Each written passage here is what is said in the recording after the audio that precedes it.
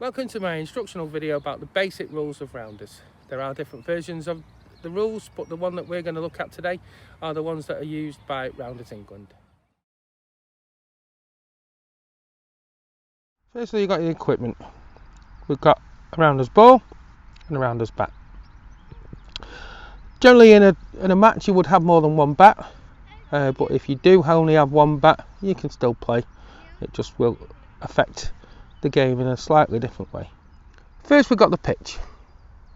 Now, normally pitches may be marked out with white lines, but for the purpose of this video, we've just used some cones, as you can set up a pitch pretty much anywhere if you've got enough space.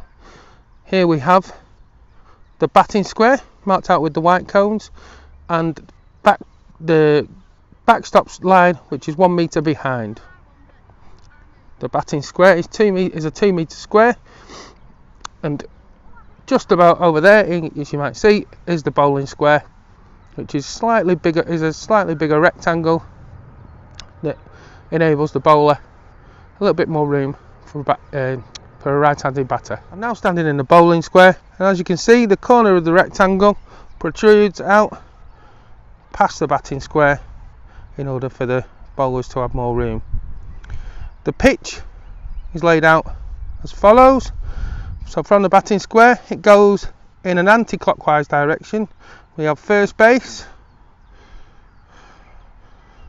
second base behind the bowler,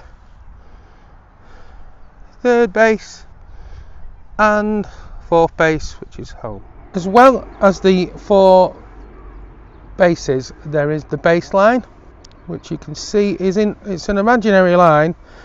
This one's marked out with cones that runs all the way along past the batting square, and this line will determine whether the ball is in play or out of play.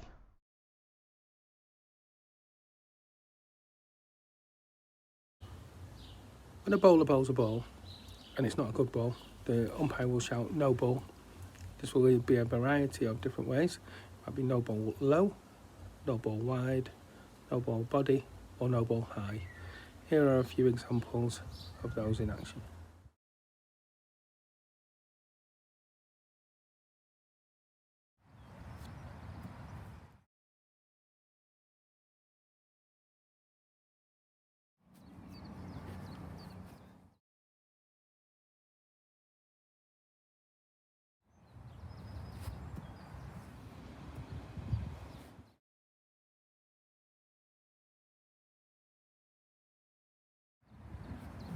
Oh, good one, that.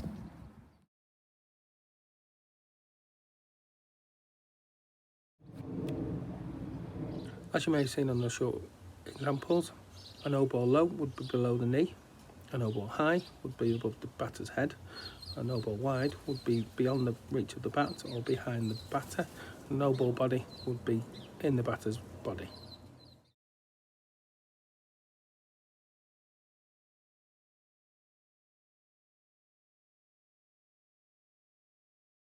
There are different ways to score. The first one is if you hit a good ball.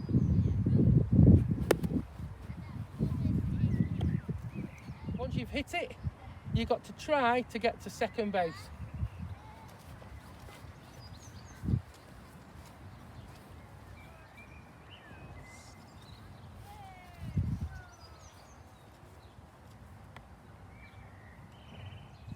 Once you get to second base or third base, you will score half a rounder. If you manage to get to fourth base and you hit the post on reaching fourth base, you will score a full rounder. Another way to score is if you receive a good ball and you don't hit it, you still have to run.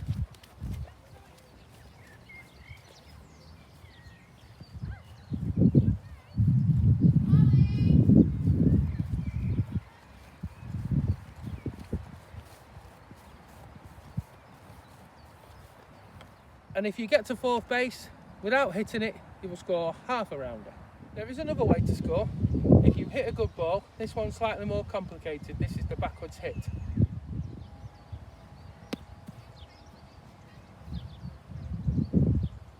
If the ball is hit backwards, the umpire will call backwards hit. This means the batter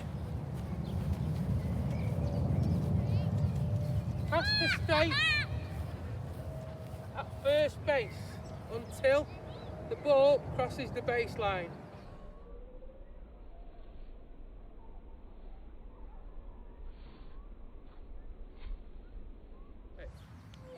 Once the ball is back in play, I can then run to either second or third and score half a rounder, or fourth base and score a full rounder. Yeah. So there's two types of balls. There's good balls or there's no balls. You don't have to run on a no ball. So if you hear the umpire shout no ball, either wide, body, high or low, you don't have to run. But you can, if you manage to, you can hit it and score off a no ball and still get one extra good ball. However, if you don't hear the words no ball, that means, and you don't hit it, that means it's a good ball and you have to run. And when you run, you must run out of the side of the batting square, this in that direction. So, is if the bowling team, the fielding team, give two no balls in succession. No ball body, no ball high. That will be two no balls in succession, and we'll give a half a round to the batting team. One way, another way, is if the fielding team cause an obstruction. This is generally done by fielders staying on the batting track. The batting track that goes around the posts, the batters have right of way. So if there's if a fielder is on this side of the post and they're fielding and the batter collides into them or has to deviate, they would score a half a rounder obstruction. So generally we would suggest that you stay on the inside of the posts to avoid giving away obstruction.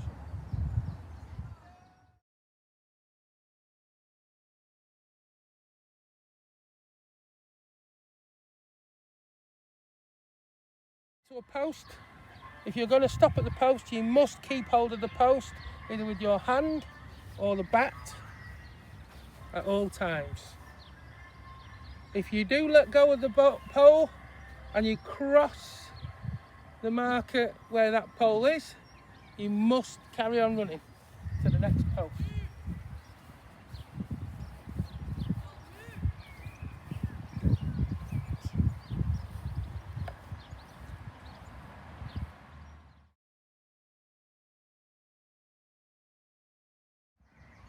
So when you've hit a good ball, we need to talk about how you might get out, because there are different ways to get out. One way is to be caught, so you might hit a good ball, and you might be caught. Or you might be run out, or you can be run out at a base, and you have to touch the ball onto the post, or touch the post with the hand that the ball is in before the batter reaches the post. You can only run out a batter to the post that they're running to. So if a batter is running to the first base, you have to stump first base. You cannot stump second base if the batter is running to first base. Much the same, it has to be the post that they are running to get them. Waiting at a post and the next batter arrives, you can run as soon as the ball leaves the bowler's hands. So when the ball leaves the bowler's hands, the ball is back in play, you can then run on to second base or third base or fourth base. But if the bowler has the ball in their hands, in the square, like so, you must stop at the next base that you're running to. You cannot go further. You will be sent back by the umpire. Another way that you can be out is if you overtake. So if one player is stood at a base like so, and another player runs past you, that player is out. So what would normally happen is if the player is running towards you, you would leave your base free for that player to arrive. Another way you can be out is if you step out of the front or the back of the batting square whilst you're in your hitting motion. Also, you may have played this at primary school where you only had one bat. If you only have one bat, then yeah, you can drop the bat, but generally you'll have more than one bat, so you must keep hold of the bat. If it does slip out of your hands, the umpire may give you a little bit of leniency, but always keep hold of the bat because it is quite dangerous. It's quite a hard bat.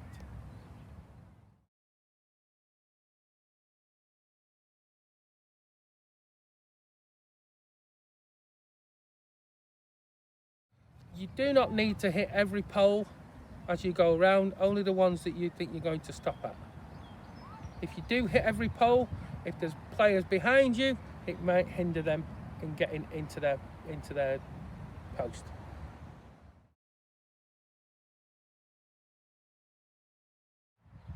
So bowling has to be done underarm. One continuous sweep. The bowler must not step out of the bowling square, or that will be a no ball.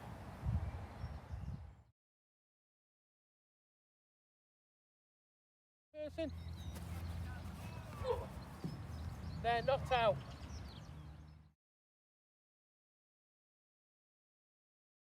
Ball hits the post. The player is not out.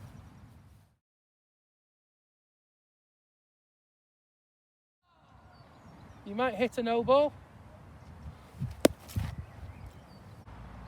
but you can't be caught out. You would not be out of a no ball. Just a couple of points.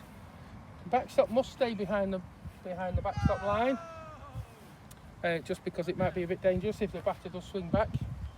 And any batters that are waiting to come in must wait to be called by the umpire, because the ball will still be in play until they are called.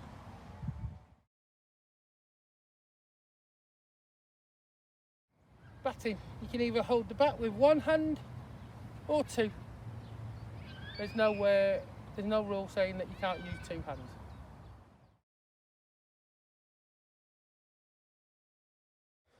So the basic rules are there are 9 players in a team, there can be 15 players in a squad, but there can be a maximum of 5 male players in a team of 9.